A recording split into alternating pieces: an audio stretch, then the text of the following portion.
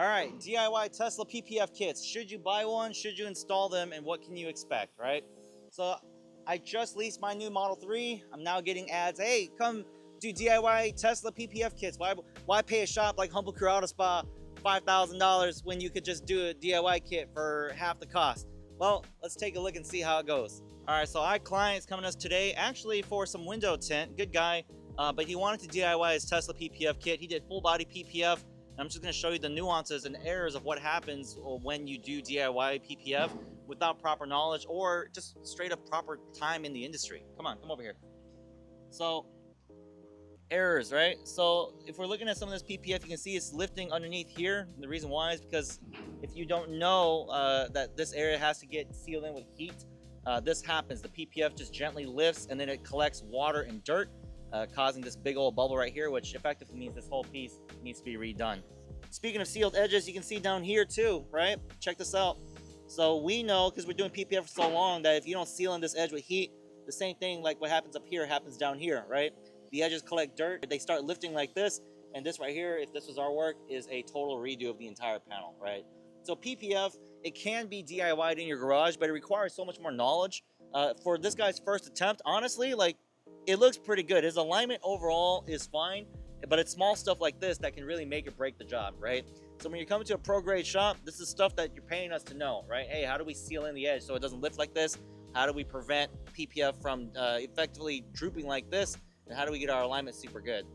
You also notice too that the PPF only goes up to the edge. This is a very safe and standard install, right?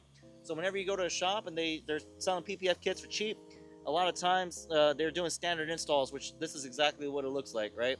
So standard installs are fine because they give you the protection you're looking for, but especially on white, like you can actually see the dirt kind of like collecting on this line here. It looks very unsightly, but you know what? This is indeed industry standard. For our PPF, if our client to come to us for full body bespoke PPF, this film gets tucked on the back side of the door so you don't get this line right here, see? Alrighty, if y'all been watching my content, you'll know that my corner is always extra tight, really tucked nice and neat. This is what happens when corners don't get tucked the way that we do it, right? I mean, this is a DIY kit, and it is tucked on this back side here, which is kind of weird, considering the kit doesn't tuck on the front side. But hey, you know, I don't make the decisions here. But for us, when we do our corners, the corners come right up to this edge here, and then they get tucked on this side and this side, so that you don't get this little bunch here. So right now it's clean, but literally just one rainstorm, there'll be a bunch of dirt lined up right here, and then this door will probably need to either A, get trimmed, or B, realistically get redone. Alrighty, front bumper PPF, and this one doesn't have any because when our client, so he's got the 3 Performance, right? And when he was rolling out the PPF on the front bumper, this corner right here tore this way because he was rolling it out, but he didn't realize that there was a cutout here, and so when he was rolling out the PPF, this corner right here tore like this, and once it tears like that, the whole piece is toast, right? This mistake right here to replace this front bumper, just the film on its own, is easily over $150 just in film. And that's assuming you've got stuff to put on the rest of the sheet. If you got to pay for the entire sheet in which the bumper is cut on, that's easily over $250 worth of wasted material right there. So it kind of sucks because, yeah, now he has to buy another piece of film to do this, but that's the name of the game. So when I'm training my technicians on paint protection film, that little mistake there does indeed cost me $200, and it hurts. So every time I see them mess up PPF, I might as well just open my wallet, take out 2 Benjamins, and light them on fire. But that's the cost it takes to train PPF technicians. You got to burn through a lot of film so that they can get good at their job, right? All right, same for the other side. The other front fender you can see is drooping in the same spot, and then you can actually see quite a bit of overhang over here. So this loose PPF right here is 100% going to collect dirt in not even a week. So this right here will either need to get trimmed, or just honestly with this, I would just redo it, right? And to be honest too, like his alignment for a first time install in his garage, like DIY, our client said that he's at 35 to 40 hours into this, right? And honestly, for a first time DIY, like this isn't bad. His alignment is honestly really good, and I can tell with some practice, he'll actually be pretty decent at this. And that's kind of the caveat, with some practice, right? When you come to a pro grade shop like Humble Crew Auto Spa, you're getting guys who have been just drilled at this stuff over and over and over, day after day after day. This is their literal full-time job to get good at doing this. As a first-time attempt, I can tell this guy's got some potential, you know, and it's honestly really ambitious. I would never attempt PPF if I didn't know what I was doing, right? Or even with a video tutorial, and this was with a lot of video tutorial and studying, you can see that the technique, right, it just takes time. If you're really comfortable, you want to do the homework, spend, you know, effectively a couple weekends to get this done piece by piece, I applaud you for it. It takes courage, guts, and some patience for sure. It's very difficult. It's not impossible, but as you can see, even with a little bit of research, you can still totally mess this up. But it varies obviously person to person. If you would prefer to just take it to the pros, let me show you what a pro install looks like.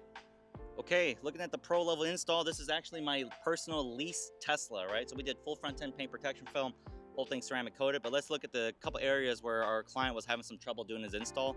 So first and foremost, right here, not only is our tolerance of the seam very, very tight, so it goes all the way up next to the sensor, you can't even see the line, but then all of it has been baked in really good as well, so none of it's gonna lift, which gives it this flawless appearance. Let's look at the backside here too. On our clients, it was like there was only a millimeter of film about to here, and because of that, it can't tuck. And so even though he tried really hard to tuck it, it's not gonna tuck at all. Ours actually goes a little bit further to about here, which 1 millimeter difference effectively allows it to tuck the film underneath on the backside of this fender, giving us a truly bespoke installation. Alrighty, let's look at this alignment too. So you can see the PPF goes up to here, and then there's a little cutout right here. This is the front bumper next to the headlight, passenger side. So this little cutout right here on our client's Model 3 Performance is effectively what tore. So if you're stretching the PPF wrong, this little cut right here where it's designed to give you a little bit of relief, if you stretch it wrong, it'll actually tear this way and totally destroy your piece. And you only find that out by destroying $200 worth of PPF. So for us, not only is our PPF not torn, but the alignment is also really good. So you can actually see it goes all the way up, follows the line, goes up to here, and then goes right up to next to the headlight. See that? That's what I like to see. So guys, is DIY PPF worth it? It depends on the person, right? A lot of people who are doing these DIY kits, they're like first time installers, new Tesla, like, okay, I'm gonna go ahead, try it out, buy the kit. But as you guys can see, even with proper preparation, research, whatnot, you can still totally mess this up because nothing quite beats hands-on experience.